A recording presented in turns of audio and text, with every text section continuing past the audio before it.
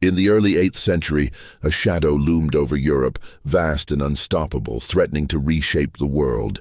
From the deserts of Arabia, a force had surged with breathtaking speed, toppling kingdoms and swallowing cities in its path. By 732, this storm, an empire driven by faith and conquest, had already reshaped half the known world.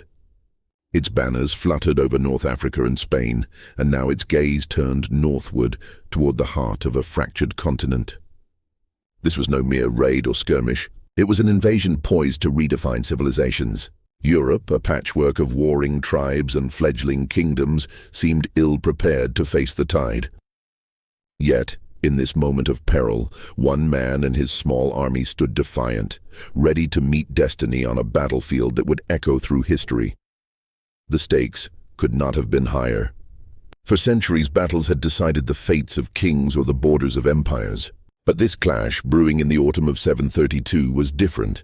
It was not about land or loot. It was about the survival of a way of life.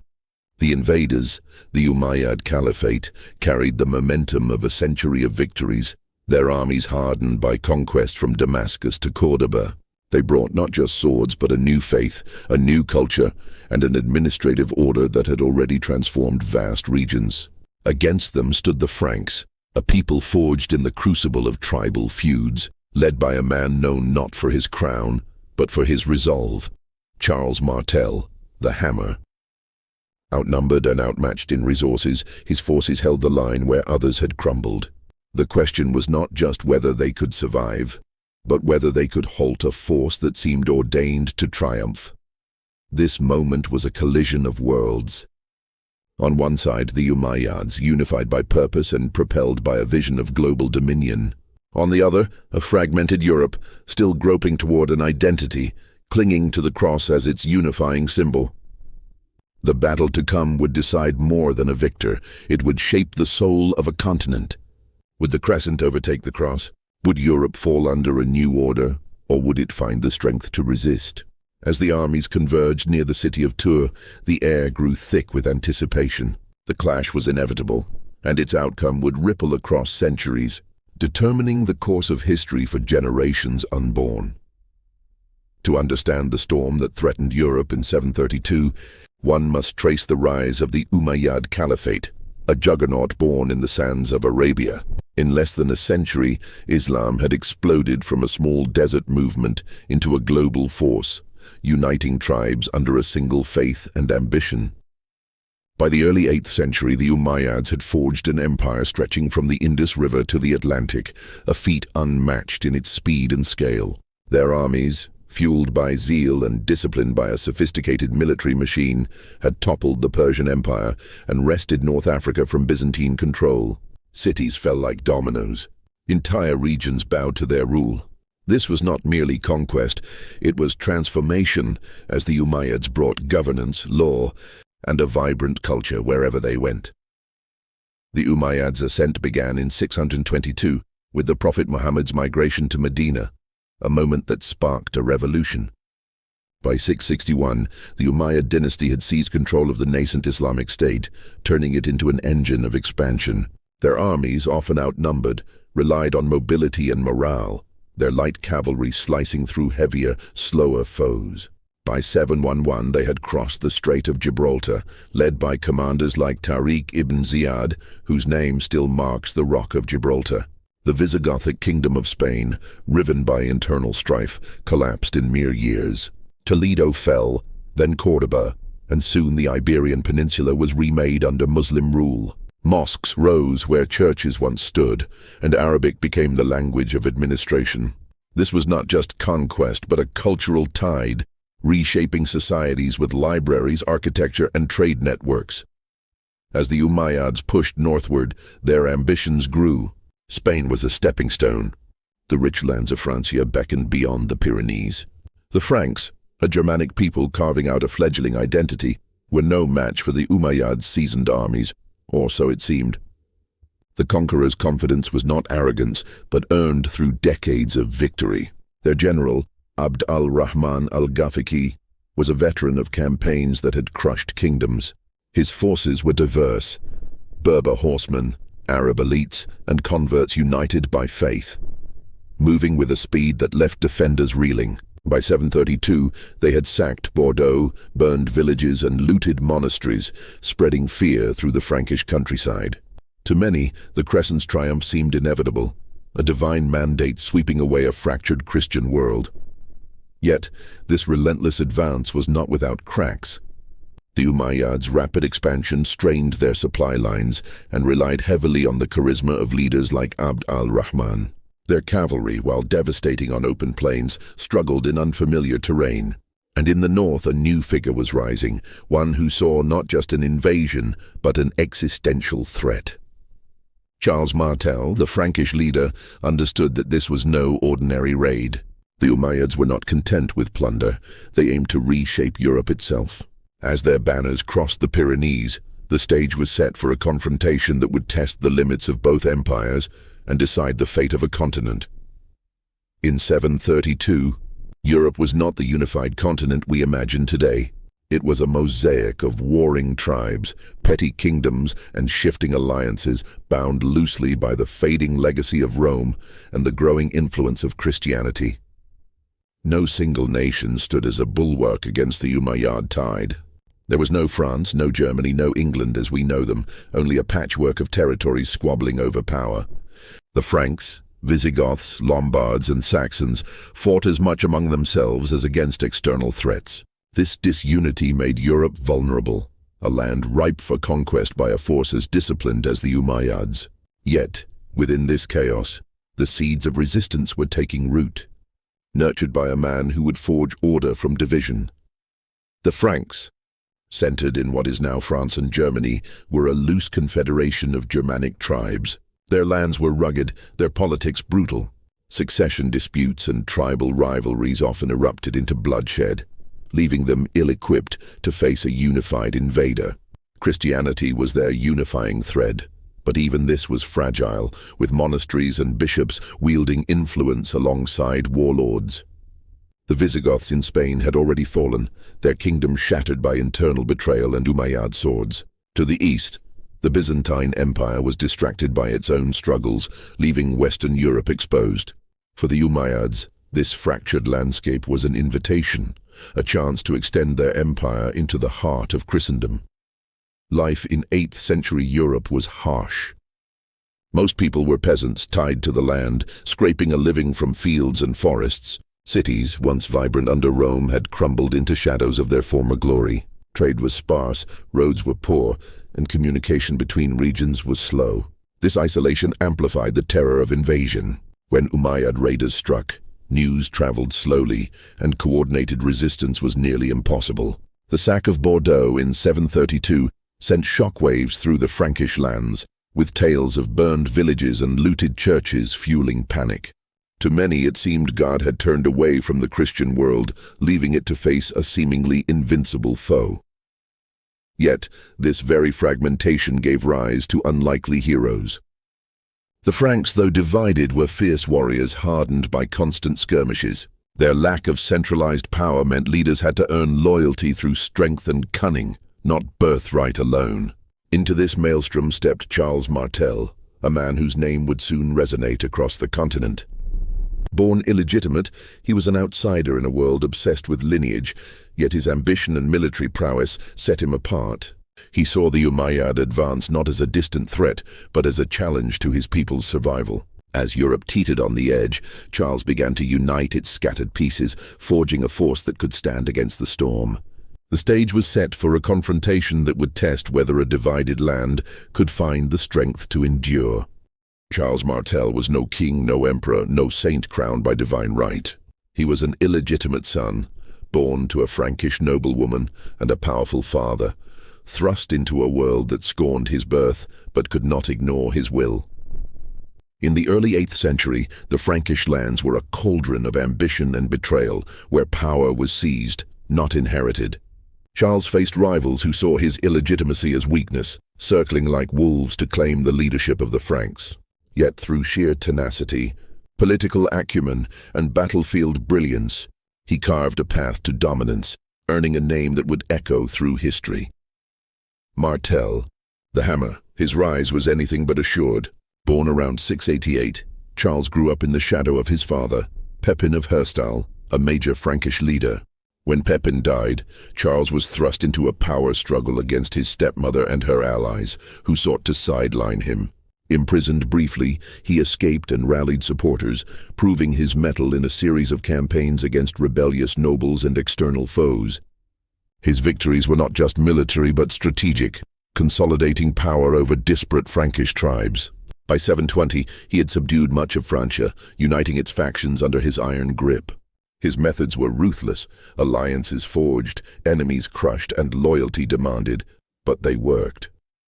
The Franks began to see him not as a bastard but as a leader. What set Charles apart was his military genius. He understood the value of discipline in a world of chaotic tribal warfare. His armies, though smaller than those of his enemies, were trained to fight as a cohesive unit, a rarity in an era of disorganized warbands. He studied his foes, adapting Roman tactics and leveraging the Franks' natural ferocity. His nickname, the Hammer, was no mere flourish. It reflected the relentless force he brought to battle, smashing opponents with precision and power. By the time the Umayyads crossed the Pyrenees in 732, Charles was no longer just a warlord but a symbol of Frankish resilience, ready to face a threat unlike any before. The Umayyad invasion was a test of everything Charles had built. Abd al-Rahman's army was not a raiding party, but a juggernaut, fresh from conquering Spain and now burning through southern France. Charles saw the deeper stakes. This was no mere plunder run, but a bid to reshape Europe under a new faith and empire. His response was methodical. He rallied warriors from across his domain, veterans of tribal wars, loyal nobles, even conscripted peasants, forging a force bound by necessity. He chose his ground carefully, knowing the Umayyads' cavalry was their strength. Near Tours, on a wooded hill, he prepared to meet the storm. Charles was not fighting for glory or gold, but for survival, for the fragile idea of a Christian Europe. His hammer was about to strike, and the world would feel its weight. By 732, the Umayyad juggernaut had crossed the Pyrenees, spilling into the Frankish lands like a firestorm. Led by Abd al-Rahman al-Ghafiqi, a seasoned commander whose victories stretched from Arabia to Iberia, this was no ordinary raid. The Umayyads had already conquered Spain with breathtaking speed, toppling the Visigothic kingdom in a handful of years. Now their sights were set on Francia, the heart of Christian Europe. Their advance was relentless. Bordeaux fell, its churches and homes reduced to ash. Villages were razed, monasteries looted, and nobles slaughtered as the invaders carved a path of terror northward. To the Franks, it seemed as though the end of their world was at hand. Abd al-Rahman's army was a marvel of diversity and discipline. Composed of Arab elites, Berber horsemen, and converts from conquered lands, it moved with a precision honed by decades of conquest. Their light cavalry, armed with curved sabers and swift horses, was their greatest asset, capable of outmaneuvering heavier European forces. They brought not just destruction, but a new order. Administrative systems, trade networks, and the Islamic faith that had unified vast territories. In southern France, the Umayyads sacked Aquitaine, leaving a trail of devastation. The Christian faithful whispered in fear, wondering if their God had abandoned them to this unstoppable tide. The panic was palpable. News of fallen cities spread slowly, carried by fleeing survivors or terrified messengers. In an era without centralized communication, each report amplified the dread. The Umayyads were not content with plunder. Their advance suggested a deeper ambition, to plant their banners in the heart of Europe, perhaps as far as the Rhine. For the Franks, this was an existential crisis. Their lands, already fractured by internal rivalries, faced a foe unlike any before. The Umayyads' reputation preceded them. Kingdoms that resisted had crumbled, their rulers humiliated, their cultures reshaped. The crescent seemed poised to eclipse the cross, yet this invasion was not without vulnerabilities. The Umayyads' rapid advance stretched their supply lines thin, and their reliance on cavalry made them less effective in rugged or forested terrain. Abd al-Rahman, though a brilliant leader, faced the challenge of maintaining cohesion in a diverse army far from home. His men, laden with the spoils of Bordeaux, were confident but not invincible. As they marched toward Tours, a city rich with Christian relics and symbolic weight, they underestimated the resolve of the man awaiting them. Charles Martel, watching from the north, saw not just an army but a threat to his people's very existence. He began to prepare, knowing that the coming clash would test not just his warriors but the spirit of a continent on the brink. As the Umayyad army blazed through southern France, Charles Martel moved with purpose. He knew the stakes. A loss at Tours could mean the end of Frankish independence and the Christian faith in Europe. To meet this threat, he summoned warriors from across his domain, a motley coalition of seasoned veterans, tribal fighters, loyal nobles, and conscripted peasants. This was no standing army, but a force forged in urgency, bound by the shared need to survive.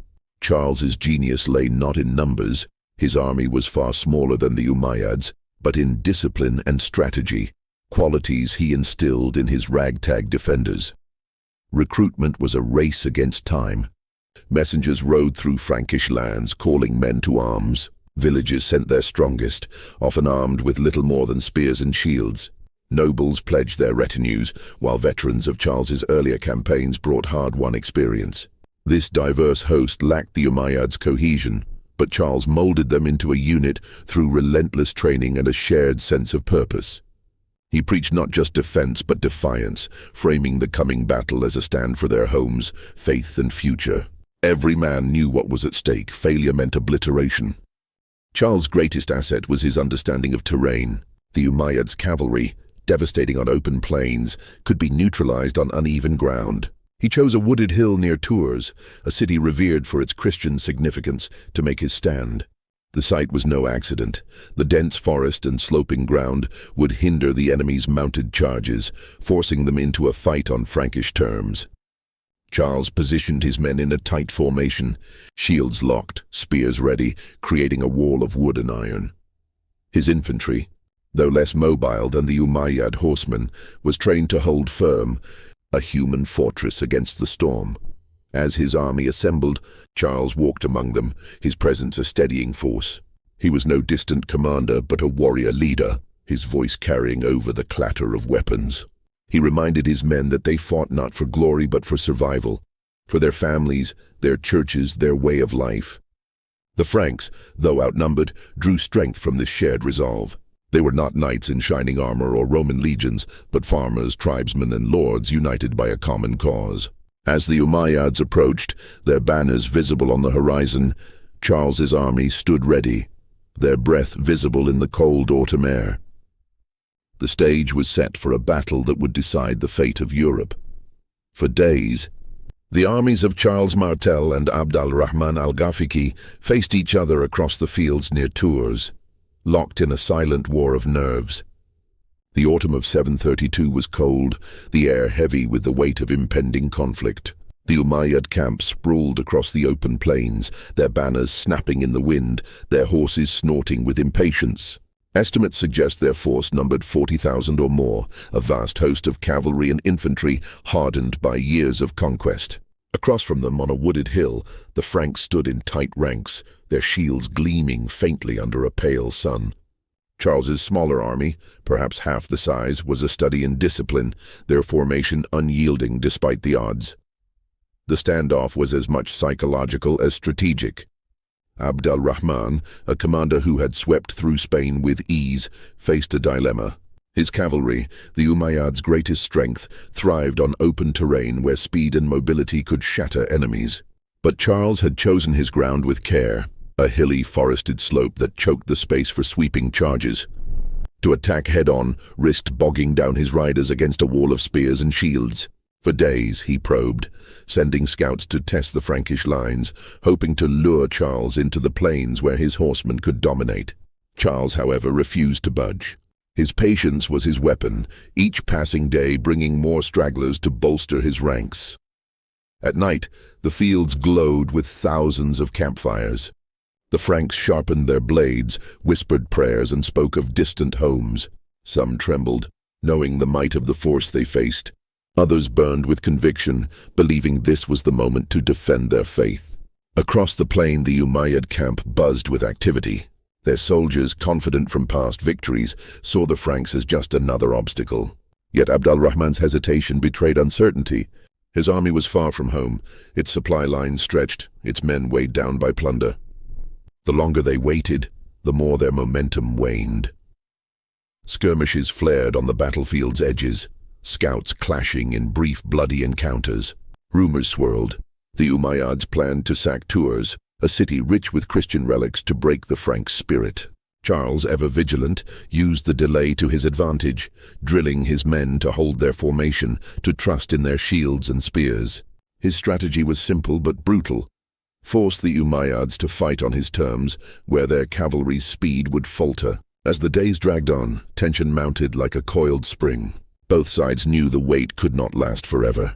The clash was coming, and with it the chance to write history in blood and iron. Dawn broke on a fateful day in October 732, and the silence shattered. The Umayyad cavalry, under Abd al-Rahman's command, surged forward, their hooves pounding the earth like rolling thunder. Thousands of riders, clad in light armor, brandished curved sabers that caught the morning light.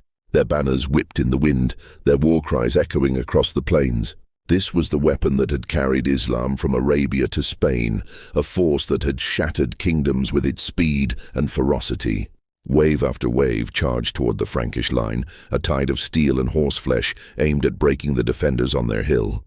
The spectacle was terrifying, a storm of motion that seemed unstoppable. On the wooded slope, Charles Martell's Franks stood firm. Their shields, locked edge to edge, formed a wall of oak and iron. Spears bristled outward, a forest of points gleaming in the pale sun.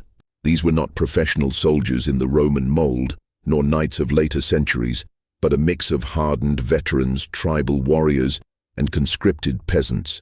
What they lacked in numbers, perhaps 20,000 against the Umayyads' 40,000, they made up for in discipline. Charles had trained them to fight as one, to hold their ground or die where they stood. As the first wave of cavalry crashed against them, the impact was cataclysmic. Horses screamed, impaled on spears. Riders fell, hacked by short swords and axes. The clash of metal on wood rang like cannon fire, dust choking the air. The Frankish line bent but did not break. Shields splintered under the weight of the charge. Men staggered, some fell, their blood staining the autumn leaves. Yet Charles's training held. Gaps in the line were filled instantly, rear ranks stepping forward to replace the fallen. The Umayyads, frustrated, withdrew and charged again, their horses rearing as they slammed into the same unyielding wall. Each assault was a test of endurance, a brutal rhythm of charge, impact and retreat. The Franks absorbed the blows, their spears felling horses and men alike. The slope became a graveyard, littered with broken weapons and bodies, the ground slick with blood. Charles moved behind his lines, his voice cutting through the chaos. "Hold fast!" he roared, urging his men to stand for their families, their faith, their homes. His presence was an anchor, steadying wavering hearts. The Umayyads, expecting a quick rout, found themselves mired in a war of attrition. Their cavalry, so effective on open plains, struggled on the uneven terrain, unable to break through the Frankish formation. Hours passed in this brutal dance. The sun climbed higher, illuminating a field strewn with the fallen. Horses crushed beneath their riders, men locked in desperate combat. The Franks, bloodied and exhausted, began to counterattack, their short blades striking at dismounted riders caught in the chaos. Abd al-Rahman, watching from the rear, grew desperate. He sent wave after wave, each charge weaker than the last, hoping to overwhelm the Franks through sheer numbers. But Charles's men held, their resolve forged in the fire of necessity. What began as a confident Umayyad offensive became a grinding stalemate. Each side pushed to its limits. As noon passed, the battle's momentum hung in the balance, waiting for a spark to tip the scales. By late afternoon, the Battle of Tours had become a brutal stalemate. The Umayyad cavalry, relentless in their charges, crashed repeatedly against the Frankish shield wall. But Charles Martell's men stood like a cliff against the sea. Blood soaked the hillside, mingling with shattered shields and fallen horses. Both armies were exhausted, their breath heavy in the cold autumn air. The Umayyads' confidence, so unshakable at dawn, began to fray as their charges failed to break the Franks. Then, a whisper changed everything. A rumor that rippled through the Umayyad ranks like wildfire, threatening to unravel their discipline. The rumor, born on the battlefield's edges, claimed that the Umayyad camp, laden with the spoils of Bordeaux and other conquests, was under attack. For an army far from home, this was no small matter. The baggage train held not just gold and goods, but the promise of wealth and security for soldiers who had crossed continents. Panic stirred. Some riders broke ranks, spurring their horses toward the rear to protect their treasure. Others hesitated, torn between loyalty to Abd al-Rahman and the instinct to safeguard their future. In the chaos of battle, a single rumor became a tidal wave, eroding the cohesion that had made the Umayyads unstoppable. Charles Martel, ever watchful, saw the fracture. From his vantage on the hill, he noticed the faltering lines, the hesitation in the enemy's charges. His hammer was not only in his warrior's steel, but in his ability to seize the moment. He ordered his men forward, their spears and axes crashing into the gaps left by the wavering cavalry. The Franks, who had endured hours of relentless assaults, found new strength. Their counterattack was ferocious, a surge of energy born from the knowledge that the enemy was breaking. Cries of triumph rose as they pushed down the slope, hacking at dismounted riders and scattering those still in formation. Abd al-Rahman fought desperately to rally his men. Riding among them, his saber flashing, he shouted commands to hold fast, to remember their faith and mission. His presence was commanding, his voice a beacon in the din, but the tide was turning. More soldiers peeled away, drawn by the fear of losing their camp. The Umayyad front line, once a disciplined wave, dissolved into confusion. The Franks pressed their advantage, their tight formation now a weapon of offense. Short swords and axes struck with precision, felling men who moments before had seemed invincible. The battlefield, choked with dust and blood, became a scene of chaos as the Umayyads' unity crumbled. As the sun dipped lower, casting long shadows across the field, the Franks' counterattack gained momentum. What had been a desperate defense transformed into a relentless push. The Umayyads, for the first time, faced the possibility of defeat. Not just a setback, but the collapse of their grand ambition. The rumor had done what swords alone could not, and Charles, the hammer, was ready to deliver the decisive blow. As dusk settled over the battlefield in October 732, the Umayyad army teetered on the edge of collapse. Their once mighty charges had weakened, their ranks splintered by the rumor of a threatened camp. Charles Martel's Franks, bloodied but unbowed, pressed forward with renewed ferocity. The turning point came not with a single blow, but with a catastrophic loss. Abd al-Rahman al-Ghafiqi, the Umayyad commander who had led his men across continents, fell in the chaos. Whether struck by a Frankish axe, pierced by a spear, or caught in the retreat's frenzy, his death was a hammer blow to his army's spirit. The news spread like wildfire, shattering what remained of Umayyad cohesion. Abd al-Rahman had been the linchpin of the invasion. His leadership had carried the Umayyads through mountains and rivers, from the deserts of Arabia to the fields of Francia. Now, as he lay among the fallen, his curved saber still in hand, his army unraveled. Riders who had charged with confidence at dawn now fled in disarray, their banners trailing in the dust. The Franks, sensing victory, roared as they surged forward. Their shield wall, which had held against hours of assaults, now became a weapon of pursuit. Short swords and axes hacked at retreating horsemen, turning the battlefield into a slaughter. The Umayyad rout was swift and total. Without their commander, discipline collapsed. Some riders tried to regroup, but most scattered, abandoning the field to save themselves or their plunder. The Franks, under Charles's iron control, did not give in to the chaos of pursuit. He kept his men in tight formation, ensuring they held the ground they had won. The hill, littered with broken spears, shattered shields, and the bodies of men and horses, bore witness to the ferocity of the day. The Umayyads' dream of conquering Europe dissolved in the fading light, their once invincible army reduced to fragments. Charles Martel, exhausted but resolute, stood among his men as night fell. He had turned a desperate defense into a decisive victory, not through overwhelming force, but through strategy, discipline, and the ability to seize a fleeting opportunity. The Umayyads' retreat left behind a field of devastation, but also a certainty. The Franks had not just survived, they had triumphed. The Battle of Tours, later called Poitiers, was over, but its echoes were just beginning. The crescent, which had seemed poised to eclipse the cross, was driven back. Charles secured the field, his authority cemented, his name forever tied to the day that stopped an empire in its tracks. When dawn broke over the battlefield near Tours, a heavy silence hung over the blood-soaked ground. The Umayyad army, once a terrifying force, had vanished into the night, leaving behind broken weapons, fallen horses, and the body of their commander, Abd al-Rahman. The Franks, weary but victorious, surveyed the carnage. Their losses were mourned, but the field was theirs. Charles Martel, the hammer, stood among his men, his presence a symbol of their improbable triumph. The Battle of Tours in October 732 had not just been won, it had altered the trajectory of a continent.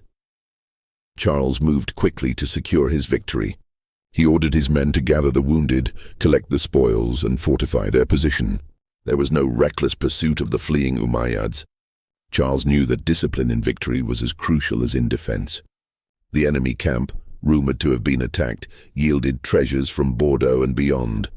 Gold, weapons and supplies that now fell to the Franks. Among the dead, Abd al-Rahman's body was found, a grim confirmation of the Umayyads' defeat. His death marked the end of their northern ambitions. Never again would they push so far into Western Europe with such force. For the Franks, the victory was more than military. It was a moment of unity for a people long divided by tribal feuds. Charles' leadership, tested in the crucible of battle, solidified his authority. Nobles who had doubted him now swore loyalty. Warriors who had fought for survival now saw him as a savior. The battle's immediate impact was clear. The Umayyad advance, which had seemed unstoppable, was halted. Raids would continue in the years to come, but none would carry the same existential threat. The Franks had drawn a line in the earth, and the crescent would not cross it again. The Christian faithful saw divine intervention in the victory. Tours, a city of sacred relics, had been spared, and with it the heart of their faith. Monasteries, once trembling at the Umayyad approach, now sang praises of deliverance. Charles, though no king, became a figure of legend, his name whispered in awe. The battle's aftermath laid the foundation for his legacy, setting the stage for the Carolingian dynasty that would shape medieval Europe. His grandson Charlemagne would later build on this victory, forging an empire that echoed Rome.